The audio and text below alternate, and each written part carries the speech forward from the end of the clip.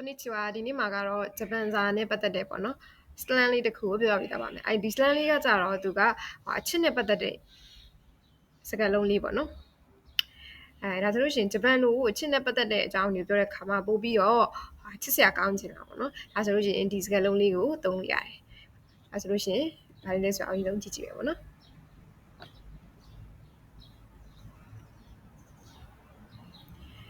ဒီစကားလုံးလေးရဲ့ဟာကဘာလဲဆိုလို့ရှိရင် skippy ဆိုတဲ့စကားလုံးလေးပေါ့နော်ဒီစကားလုံးလေးက skippy ဆိုတဲ့အဓိပ္ပာယ်ကသူက suki နဲ့ကြိုက်တယ်ဆိုတဲ့စကားလုံးလေးရဲ့ပြီးတော့အင်္ဂလိပ်စကားလုံး person ပေါ့နော်လူပေါ့နော်လူဆိုတဲ့စကားလုံးနှစ်ခုကိုပေါင်းထားတဲ့ combination ပေါ့နော်ဒါလေးနှစ်ခုပေါင်းထားတာဖြစ်ပါတယ်skippy skippy ဆိုကိုကြိုက်ရတဲ့သူပေါ့ကိုသဘောကျတဲ့သူဆိုတဲ့အဓိပ္ပာယ်ပါဒါဆိုလို့ရှိရင်အောက်မှာနမူနာစာကြောင်းလေးတွေကိုကြည့်ကြည့်မယ်ပေါ့နော်ဒီ slang လေးကိုဘယ်လိုမျိုးသုံးထားလဲဆိုတာပေါ့နော်skippy と映画デートした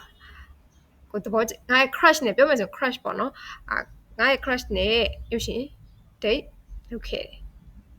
skippy から line 来たငါ crush ကနေမျိုး line ကစာရောက်လာတယ် line ဆိုတာကဂျပန်တွေကသုံးတယ်ပေါ့နော်သူက line work တို့ပါတော့ line တို့သုံးတာပေါ့နော်အဲ့ဆိုတော့အဲ့ကနေ message ရောက်လာတဲ့ခါကျတော့ skippy から line 来たငါ crush ကနေပြီးတော့စာရောက်လာတယ်今日 skippy に会えるかもဒီနေ့ငါ crush နဲ့တွေ့ရမလားတော့မသိဘူး